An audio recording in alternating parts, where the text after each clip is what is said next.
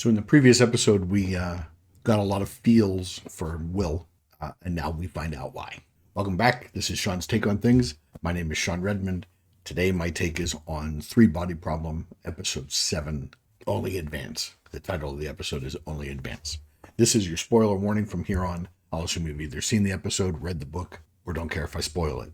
I'll also use clips from the show, as is allowed under the fair use provision of the copyright laws of 1976. Let's get into it. So episode 5 sort of pushed the show in a different direction with the destruction of the ship, and it was a big thing. And then episode 6 was a lot more calmer. We spent a lot of time with Will, who's dying of cancer. He's the most likable of the main characters in this show. The fact that he's dying is terrible. And in this episode, we find out why. So I originally thought that Will was the comic relief, sort of a disposable character, I guess.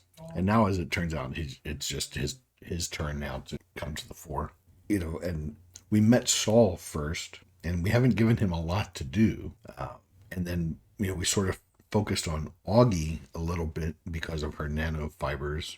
But Augie doesn't have many redeeming qualities. She's, Jin seems to be the most likable of these 5, the Oxford 5, but she's also addicted to pills. So that, so now we're at Will. Hey, where there's a will, there's a way. So, starting here, or for this episode, the character of Will gets to shoulder the burden of all the human emotion of this series, and he does it really well.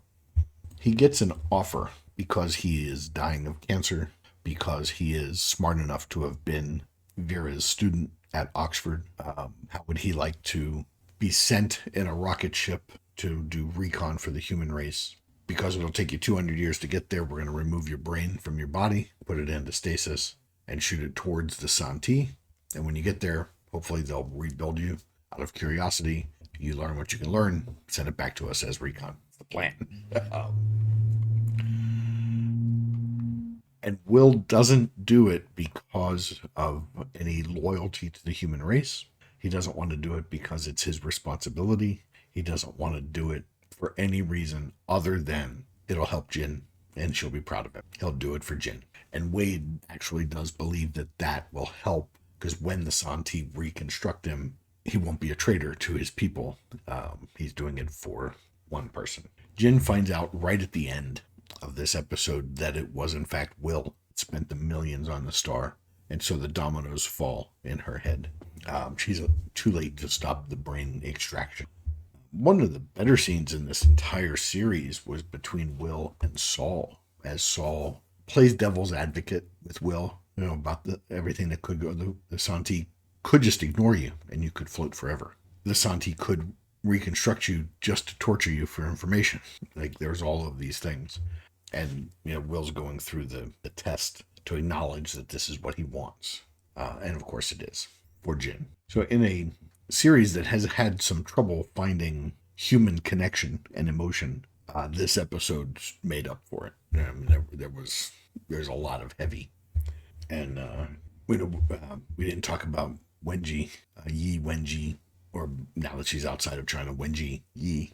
She's released custody because she hasn't actually committed any crimes. She's a traitor to the earth. She's a traitor to humans, but there's no actual laws against that, really. So they let her go because they have no reason. They have no mechanism by which to hold her. And she returns to the Red Coast where she first received the message. And her intention, it seems, is to throw herself off the cliff. But before she gets there and does that, Tatiana shows up. She's been sent to kill Wenji by the Santee. And Wenji just asks if she could watch one more sunset.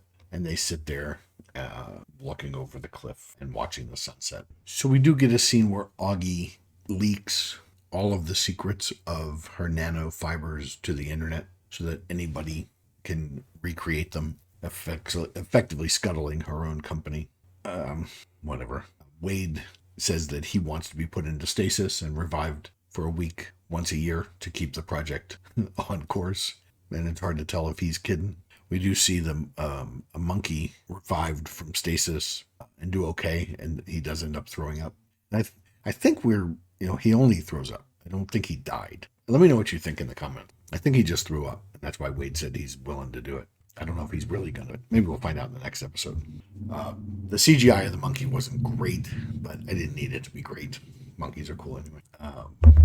So I assume Tatiana made sure that Wenji died. So what are you thinking of the show? We have one more episode to go. This was the penultimate show. We didn't see a lot of Clarence in this episode. We just had the one real conversation with him and his son, where his son was starting a business where he'd take people's money and then transport them off planet before the Santi arrived. And Claire's telling him it's just not a business. Like, what are you doing? I would imagine that's going to pay dividends later. Probably not in the next episode, but like that piece for later down the storyline. But okay, that's it for this episode, episode 7. Don't forget to like, comment, and subscribe. And I'll see you for the final episode of this, entitled Wall Facer. That's it for me. I'm Sean. This is Sean's Take. See you next time.